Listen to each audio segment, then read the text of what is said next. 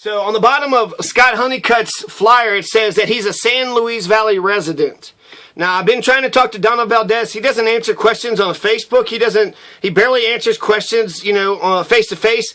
I overall like the guy. I like his positions. And, if anything, it's kind of, it's been disappointing. It's like he's not politicking. He's not shaking hands. He's not trying to get people to vote for him. It's like we're just supposed to worship him and look up to him. And I think that they're blowing an opportunity. What Honeycutt and Valdez needs to do, what they need to do, let me tell you what they need to do after I tell you this, okay? So the San Luis Valley resident, he is sitting there. There's a big controversy with Donald Valdez. He had a house in Pueblo West that he had got married, and he listed his address as being in Pueblo West. Pueblo West is not in his district. 62, actually, I lived in Pueblo, and he only has a tiny little, bit of Pueblo City. So he's like, actually almost irrelevant compared to Dania Esgar and, somebody else, that one crazy lady, so who eventually got, she was racist but got switched out. So he was very insignificant when it came to Pueblo politics. Donald Valdez was insignificant. Who gives a crap what he's got to say? So he had a little sliver of Pueblo City, but Pueblo West isn't Pueblo City. Pueblo West is about 30 minutes away from Pueblo City. So that's so far away from his district, it's not even funny. Pueblo West is a libertarian's wet dream. They have low taxes. They don't have a government. So they're just basically a corporate society, and they're all, seem to be working out. It's a bunch of rich people who's just kind of like, you know what, we're sick of all the poor people in the Pueblo City. So that's where he is living with his wife. And so is he there? Is he living in, La Jara like he says? He's living with his parents. So he hasn't got his own house yet. He's, living with his wife, living with his parents. Where's he at? And so when he writes that he's a San Luis Valley resident, I want to mention this too. Scott Honeycutt's got judicial power. There is some judge that said, Scott Honeycutt, you could get on the ballot, okay? He ordered Honeycutt to be on the ballot because of the residency questions of Donald Valdez. And that could be a problem. If Donald Valdez wins, let's assume the best, right? Donald Valdez wins. Well, are they going to, sue him and say, well, you don't even live in the district? Is there going to be a lawsuit right after that? And then will they win in the judicial branch? They'll lose the election, but then they'll win in the judicial branch because he wasn't an actual resident. So that's a shot. When he says he's a San Luis Valley resident, that's a shot towards Donald Valdez. He's saying that Donald Valdez is not a San Luis Valley resident. Now, for these two gentlemen, what I think they're doing, I think they're making a big mistake. I had asked both of them a question about the Antonito to San Luis Road, okay? So there could be a nice square, nice big commerce square from San Luis to Fort Garland to Alamosa to Antonito back to San Luis. And that's for commerce. San Luis is a ghost town. They have a whole bunch of buildings in Antonito that's closed down. So if we're trying to jumpstart the economy, right, that's what these damn Republican capitalists want to say, that they're going to, get the poor people, pull yourself up by your own bootstraps. To have a robust economy, we need to have a lot of people with money, and we also need to have, plenty of good jobs out there. So what they could have done, Donald Valdez basically just give me a crappy, dismissive answer saying, well, it's not my responsibility to bring the roads. Really?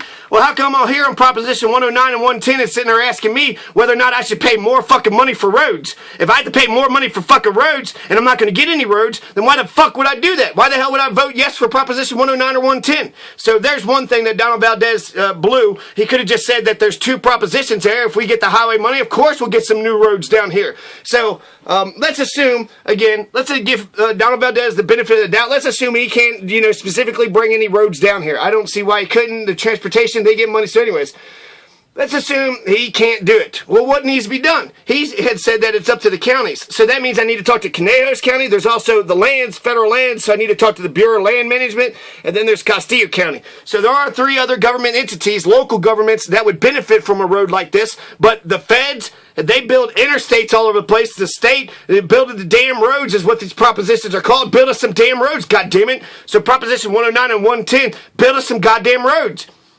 So what I'm trying to explain here is what Donald Valdez and Scott Honeycutt could do, okay? Because they're not going to have much power. They're only one of 65 people.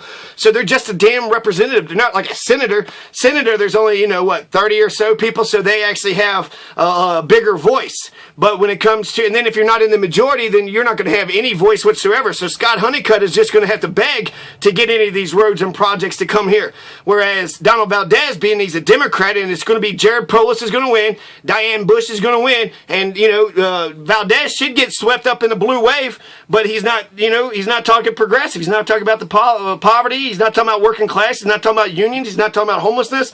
He's running away from universal health care. He's running away from the economics. And the economics is why I give a shit about the Democrats more than the Republicans.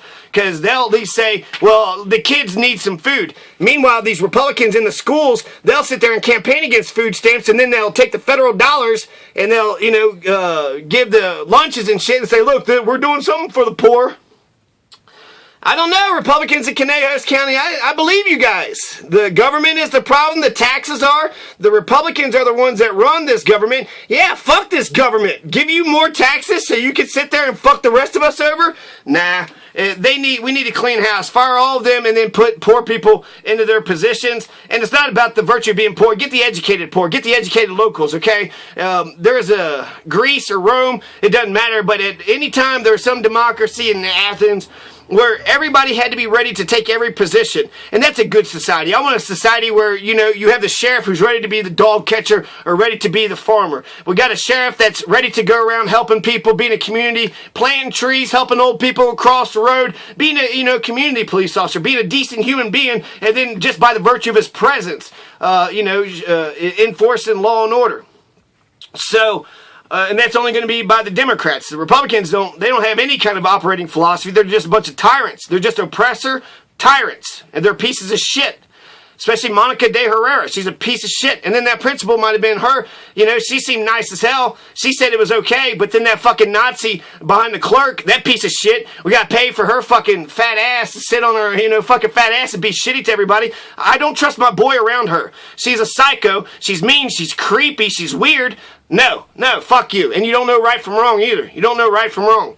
So you're going to deprive my kids of a forum that they could hear for the betterment of who the leadership of this county is going to be? Yeah, fuck you. They don't want the kids questioning the leadership because they might start questioning them. They just want, them to obey. Shut up and obey. And that's why, Amendment 5. I'm just going to talk about Amendment 5. So the argument for it is excluding 21 to 24-year-olds from seeking election is unnecessary. They're an adult. Voters can judge whether a candidate possesses the maturity, ability, and competence to hold political office. In addition, allowing younger candidates to run for office encourages the civic engagement of young people. An argument against the current age requirement strikes an appropriate balance between youth and experience. Younger candidates may lack the maturity and expertise to be effective. Fuck you. The way that you're going to learn is by, putting them in positions of power. You had kings that were kings when they were 5 or 6 years old, and then they were able to figure this shit out. So if we, other nations allow their children to become kings and queens, then I think we can allow our kids to, draw up a PowerPoint or, do a science lab on their own. Draw it up and then do the experiment with, surveillance or with supervision. But essentially for organized chaos for them to, explore. And as long as it's positive and progressive, but, they're probably not progressive either, too. So these Republican assholes, these Republicans in government, males and females, stupid Republican bitches, these dumbass Republican bitches, they're right. The government is the problem. The government is the problem. I'm not going to give you, 2.5 cent sales tax to give the government more of my fucking money? That's a regressive tax. Of course they'll tax the fucking poor so they can take more of our money and fuck us over. No, I'm not for that at all. So yeah, vote yes, definitely yes on Amendment on Amendment V. There's a whole bunch of amendments here. Amendment W, Amendment X, Amendment Y, Amendment Z, Amendment A, Amendment 73, Amendment 74, Amendment 75, Proposition 109, Proposition 110, Proposition 111, and Proposition 112. I was sitting there talking to these folks at a diner in Manassas, and there was a advertisement on TV about Proposition 74. When I was sitting there talking about them, they seemed like, we don't really want to talk about this, but then they're watching TV and they're being inundated with these messages. And they're like, I'm smart, and no, you weren't talking about the thing. So then this Amendment 74, which is no.